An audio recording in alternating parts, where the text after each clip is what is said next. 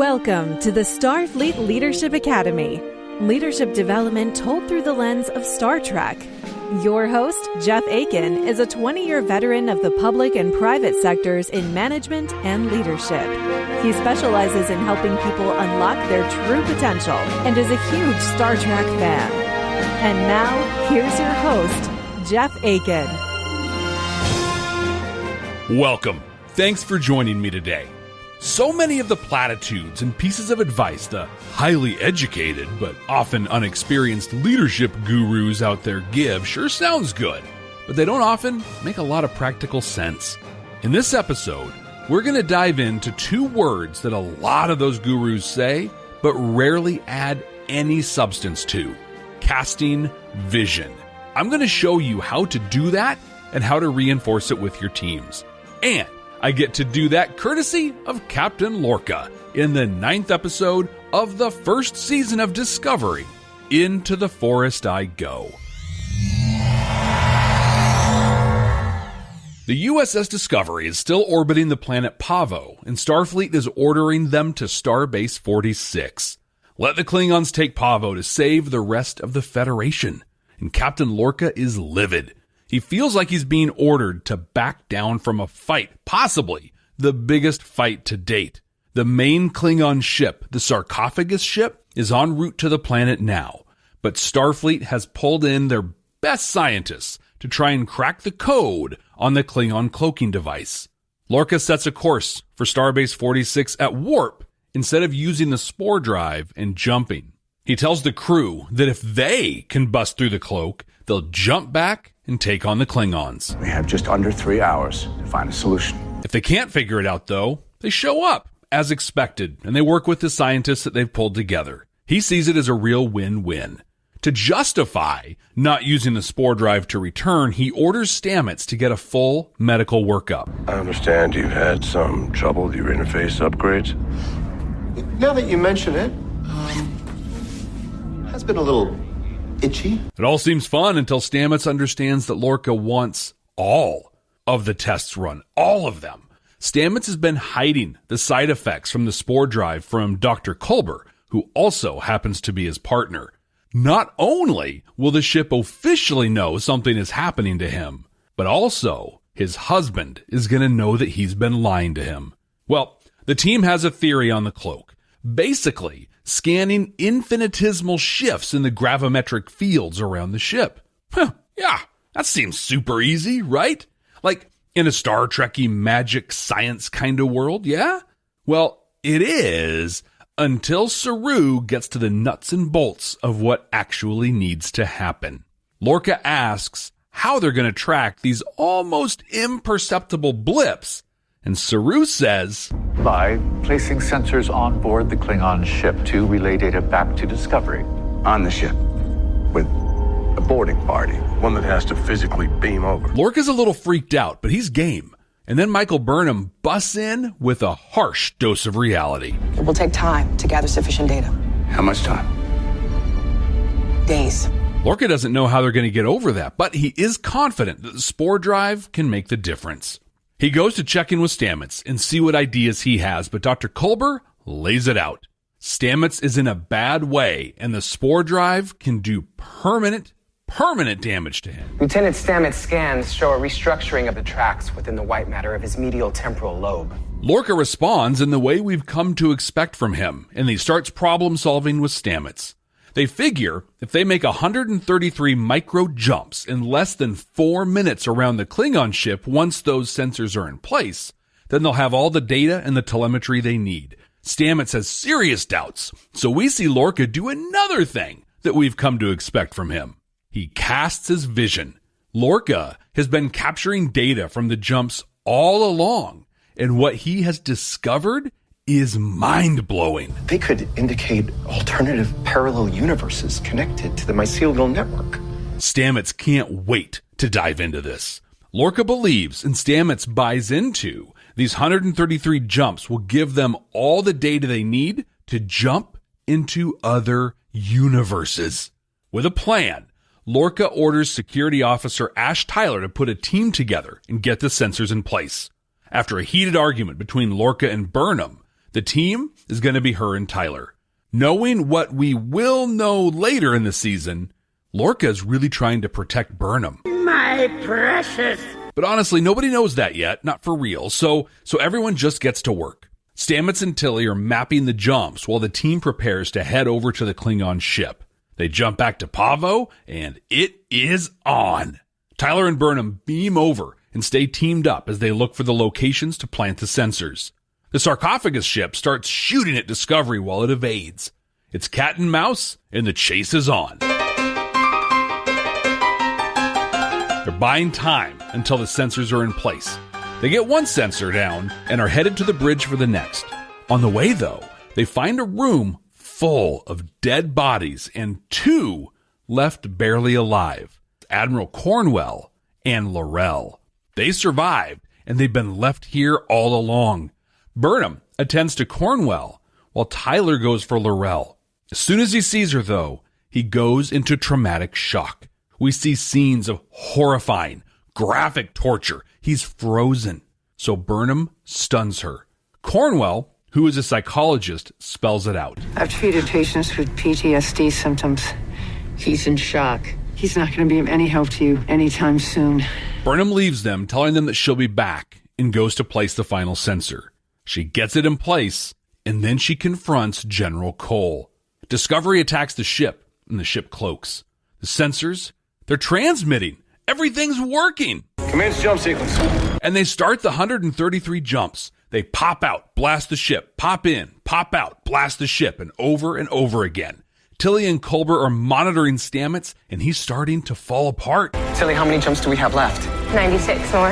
But they just keep going, and outside of Stamets, everything is working well. On the ship, the Klingon ship, while Cornwell provides crisis treatment for Tyler, Burnham is in hand-to-hand combat with Cole. On Discovery, Stamets is losing it. He's spouting nonsense, and his vitals are off the charts. Culber tells Lorca that he has to abort, but we know Lorca too well for that, don't we? You do whatever you have to do. You keep him alive till he finishes the jumps. Trillions of lives are at stake here. The jumps continue, as does Burnham's fight. Neither is going well. Stamets is a wreck, but they complete the sequence. Saru is crunching the data as Burnham fights just to survive. Your death will secure my place as absolute ruler of the Klingon Empire. At the last possible second, they crack the code and they beam the team out. Tyler, Burnham, and Cornwell. But Laurel jumps into the beam and she gets over to Discovery as well. But the crew has her well in hand. And a Klingon prisoner who's been taken into custody. Extra prize. Being able to see through the cloak, Lorca puts drops into his eyes. Remember, he can't handle bright lights or flashes. And then he stands in front of the view screen showing empty space where the cloaked ship is. And then he orders Fire. And just like that, the sarcophagus ship is no more. Score one for the good guys. They put Cornwell on a shuttle to a nearby starbase for emergency treatment. Starfleet informs Lorca they are to return to Starbase 46, and once they arrive, Lorca will be recognized for what he's accomplished here. Starfleet Command would like to award you with the Legion of Honor. Burnham and Tyler talk. He shares more about his captivity on the Klingon ship back when he first met Lorca. Laurel was not just his torturer, but she also took advantage of him. And he not only let it happen, but he encouraged it as well. It was his way of surviving. He's ashamed, but he knows that he did what he had to do to stay alive. She's the reason I've had nightmares every night since the day Captain Lorca and I fled her ship. Lorca checks in on Stamets. He's recovering, but he's in rough shape. Stamets offers to jump to the starbase, but he says it will be the last jump he ever makes. When they get to the starbase, he's going to get the medical care and let them do research on him. He's ready to slow down and take care of himself. So Lorca makes it so. One last jump, then. They set up and they make that last jump, and things go south big time. Alarms are going off, systems are in disarray, and Stamets is in serious pain. A thing happened that if you blinked, you would have missed. But just as they initiated the jump, Lorca did an override and entered his own coordinates on his console. and it had absolutely catastrophic results. Captain, I'm afraid I don't know where we are. And that's where we leave the Discovery and her crew. They're lost in space. This episode was called The End of Chapter 1 when it first aired. There was a 2-month break between this and the next episode, and I remember those 2 months pretty well. All the theories and speculation around what just happened, it was a pretty exciting time. But this one did indeed wrap up a lot of the early season threads in the show and set us up for something I'm not sure anyone was quite expecting at the time. Come to Quark's Crush's fun. Come right now. Don't walk. Run! I do carry a select line of unique artifacts and gemstones indigenous to this region. Discovery is Star Trek's first hyper-serialized production. Even in the serialization of Deep Space Nine, they still had one-off episodes and an overall episodic feel. That is not the case with this show. Each episode leads directly into the next, and that becomes super problematic when you have the behind-the-scenes kind of drama that they had on this show. In the first season, things didn't completely fall apart behind the scenes. That actually happens later, but they sure didn't start well. The series premiere had been delayed, and before the first episode even dropped, the showrunner, Brian Fuller, stepped down and assumed a producer role instead. Akiva Goldsman joined the team, and there was just a whole lot of change in the creative leadership of the project. One of the many ways they managed this was the mid-season break. We got this first story, which started out on the Shenzhou, when Burnham sort of started the Klingon War. Then we met Lorca and the Spore Drive and all the stuff on Discovery. At this point, we've settled in our crew and the general roles that they're going to be playing. So they bring everything to a crescendo, blow up the big bad, well, the third big bad so far. But at least they've all been on the same ship the whole time. And that ship is no more. It's all blowed up. So where to go now? Well, we'll see that in the next episode. But some notable stuff on this one. We get the first kiss between two men on Star Trek. They showed two women kiss way back in DS9's Rejoined. That episode is often heralded as the first kiss between two women on television. But that accolade actually goes to L.A. Law, who beat DS9 by about 4 years. We also get the first female nipples shown in Star Trek, though they are prosthetic in Klingon and are shown very briefly. But yeah, there's that too. There were a few things I really loved in this episode. We got peak Lorca. He's close to a goal that we don't even know he has yet, but Jason Isaacs plays it to perfection. He's eager. He can see the opportunity right there, but he knows he has to keep his cool and stay patient. It's really well done. I also love that they saved Admiral Cornwell. Spoiler alert, she ends up being a real favorite of mine as the series progresses. The initial plan was for her to get killed in this episode to help get Tyler and Burnham off the ship. But all the writers saw her as such a strong character, they couldn't bring themselves to do it. Thank goodness for that. There's some great stuff still to come from her. One piece I will call out here, and this is a trigger warning. If you're listening with kids, skip ahead a bit right now. Or if sexual assault is activating for you, please skip ahead now as well. About a minute or so, and then I'll go right into the command codes from here. So pausing right now to let you skip. This episode, in short visuals and in a beautifully acted scene between Michael Burnham and Ash Tyler, brought up a topic that isn't discussed enough, and that's that victims of rape can be male too. According to data from the National Alliance to End Sexual Violence, in about 14% of reported rapes, males are the victim, and 1 in 25 reported sexual assaults is against a man. If you or someone you know has been the victim of any sexual assault, you can reach out to RAINN for confidential support. That's online.rainn.org, or you can call 800-656-4673. So kudos to Star Trek for bringing up this challenging but important topic. Command codes verified. What is Leadership. I mean, it's a word we hear a lot and we use it a bunch too. She showed great leadership in that moment. Or, all we needed was a little leadership there. This applies to work, to family, to community, to politics, across the board. We use this term to mean so many things. Today, though, we see leadership in action with Captain Lorca. I'm going to share with you his secret weapon and how he's been able to not only get people to do the things he wants them to, but has made them excited and eager to do so. I'm going to talk about casting and communicating vision and reinforcing people's acceptance of that vision. Before we talk about that, though, we're going to spend some time talking about the often used phrase, the road to hell is paved with good intentions. The Starfleet Leadership Academy is supported by listeners just like you. Click the link in the show notes to support the ongoing production of this podcast. First off, if you're like me, you don't believe in a road to hell.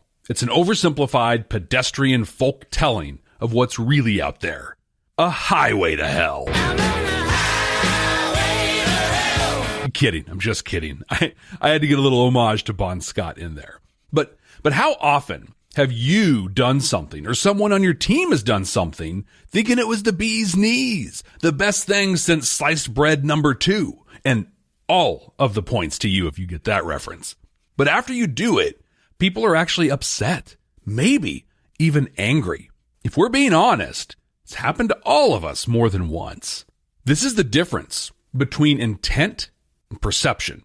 This is such a common issue that we have that ubiquitous saying, the road to hell is paved with good intentions. Now, some people attribute that saying to Bernard of Clairvaux in the early 10th century, others to William Tyndale in the 14th century, and some take it all the way back to around 19 BC when Virgil wrote in the Aeneid,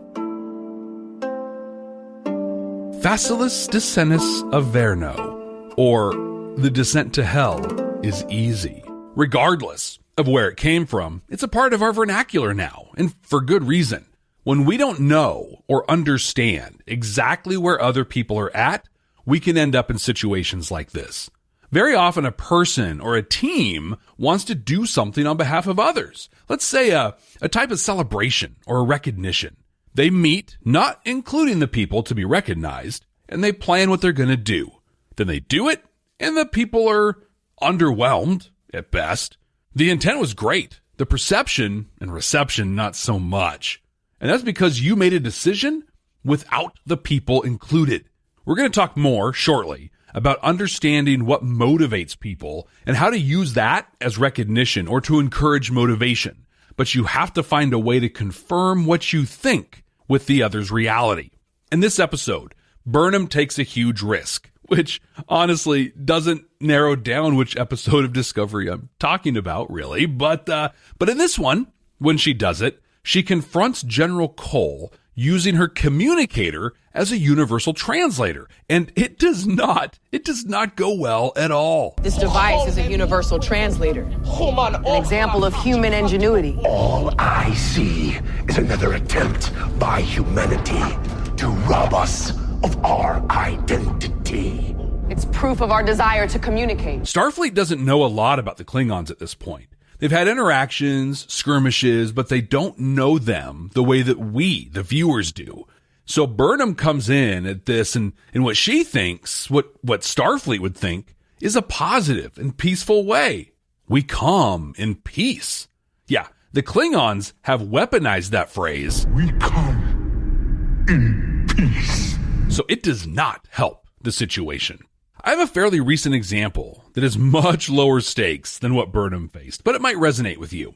I hired a new manager, as many of you did, during our response to COVID. I worked with her for just over a year before we ever met in person. For our first in-person team meeting, I brought donuts because that's what you do, right? We work in an office, so we love us some donuts, especially when they have just the right amount of maple on them. Like, not so much that it overpowers the donut itself, but just enough that it feels like sweet sprites dancing ever so gently in your mouth. Oh, sorry. I got a little distracted there. So anyway, So I bring donuts, and I'm feeling pretty good about myself and how this will create a welcoming and fun environment for us all coming together. Turns out, though, she's lactose intolerant and can't do dairy. And newsflash, most mainstream donut joints are making their donuts with dairy. She was very gracious about it, but was clearly disappointed. The rest of the team are munching away, and she's just kind of sitting there. Now, all I had to do before deciding on my own to swing by and get donuts was ask, hey, I might pick up some snacks on the way to the meeting. Do you have any food allergies or preferences? Super simple, right? In this case, just a few minutes drive away, the town has a vegan donut shop. I could have stopped there, and we all would have been donut winners. But I chose on my own, without consulting the people impacted, to do a thing I intended to be a kind gesture. What I got instead was someone that was new to the team feeling left out. So just get to know the people you work with or that you intend to do things for. Ask questions and confirm that what you intend is how it will be perceived and received. When you know the people that are impacted, you can uniquely provide things to reinforce behaviors or encourage motivation. Here, I think about Captain Lorca. The Discovery has an impossible task in front of it. They need to figure out how to break through the cloaking technology the Klingons are using to decimate the Federation. To do that, they determine they're going to set up sensors and then jump 133 times to gather a bunch of data points.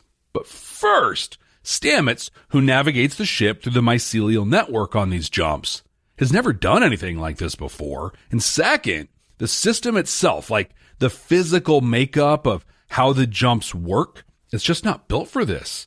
Stamets sees the system limitations as a reason this can't happen, but Lorca has come to know Stamets very well. He knows what's important to him, so he uses that to encourage the motivation necessary for Stamets to make these jumps happen. The spore delivery system isn't configured to handle the amount of volume that would be required. And that's going to stop you? We get a hint at the end of this episode, and we'll see in the next one, that Lorca's intentions were far from good. But at this point, and for all anyone on Discovery knows, his intentions are great. He wants to end this war as quickly as possible. And by applying what he knows of Stamets, he has paved the road, not to hell, but to align with what his good intentions are. Now, all that said, he literally did take them to hell and had terrible intentions, but that's a future episode about a Star Trek episode. But all of this that he did is for nothing if people don't know what they're doing this for. If Stamets was just showing up every day, punching a clock, plugging in and out of the spore drive, he probably wouldn't have taken the risks he did to get through all those jumps. And that's where the work Lorca has been doing since we first met him in episode 3 pays off. He's created and communicated a vision with extreme clarity that others understand and others have bought into. This, my friends, is leadership. But, like I said in the beginning of this episode, so now what? How does that happen, and how do I actually do it? Now, to start, you'll need to lean into your Deep Space Nine and the teachings of the prophets. It is not linear. A leader that crafts, shares, and enrolls others in their vision has to live in both the present and the future at the same time. Let's start in the future. And here's the cool thing about starting in the future. You get to define what it will be. Now, to be realistic, you need to look at trends, any corporate or organizational goals that you've got out there. But as the leader, you get to define the future. Of course, as the leader, you'll be held accountable at some level for that vision of the future and getting there. So don't be ridiculous, but do be aspirational. As an example, today, right now, I'm leading a team that scans paper documents and does data entry to attach metadata to those scanned images. So a ridiculous vision for the future for them would be that the organization adopt a paperless approach, and we no longer need to scan paper or do data entry. But if you've ever worked on an organization's paperless initiatives, you know this is a pipe dream at best.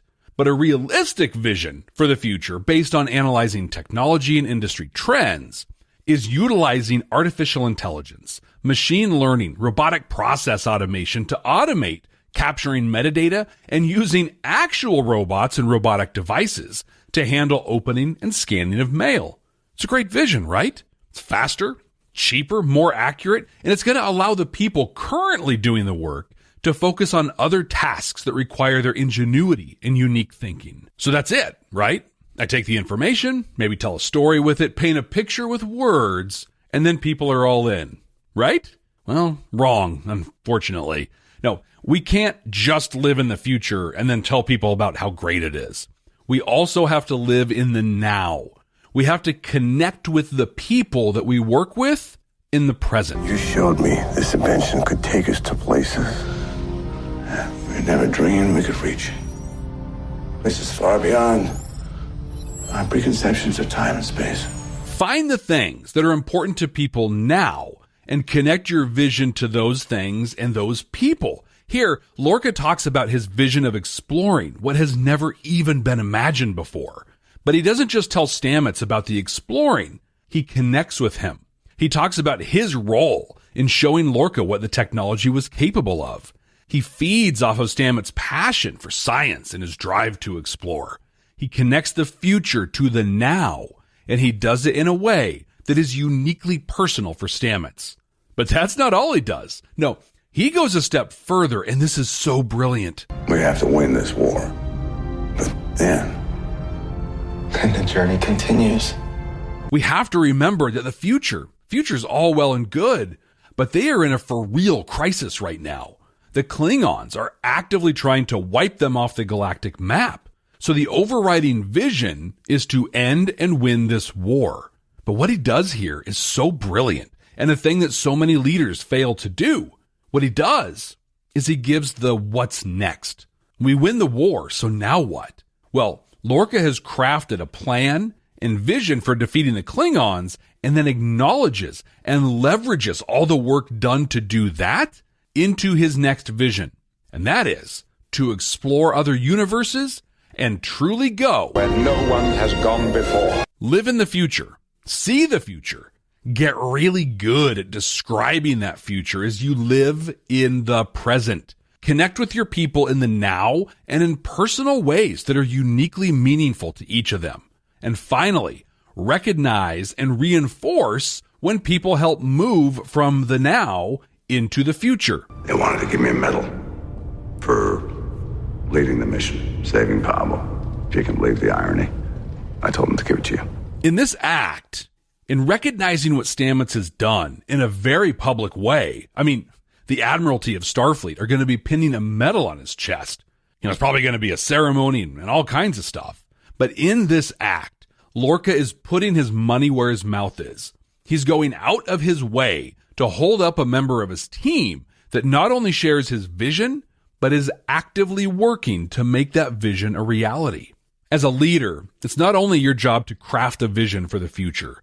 More importantly, it's your job to get others to buy into and share that vision.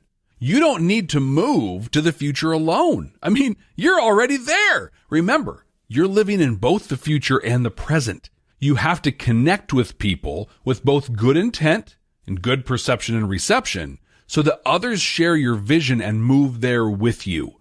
When you foster a shared vision and recognize your champions, this enables you to start living in the next future so you can connect in the next present to keep everybody moving forward.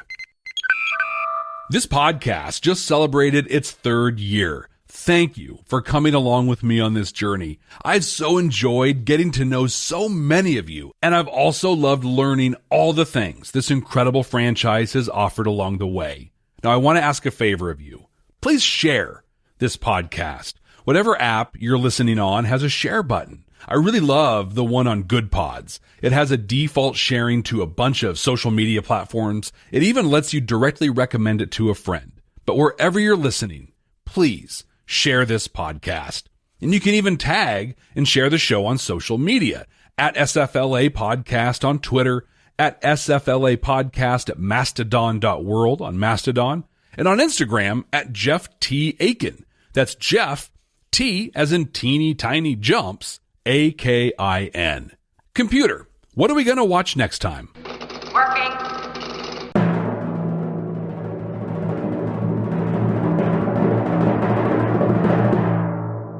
the 7th episode of the 7th season of Voyager, Body and Soul. It's a Doctor and Seven episode, and if I remember correctly, this one touches on the theme in later Voyager around the sentience of holograms. It even has a race that is at war with an army of them. I'm looking forward to watching this one again, and I can't wait to share it with you. Until then, ex astra scientia.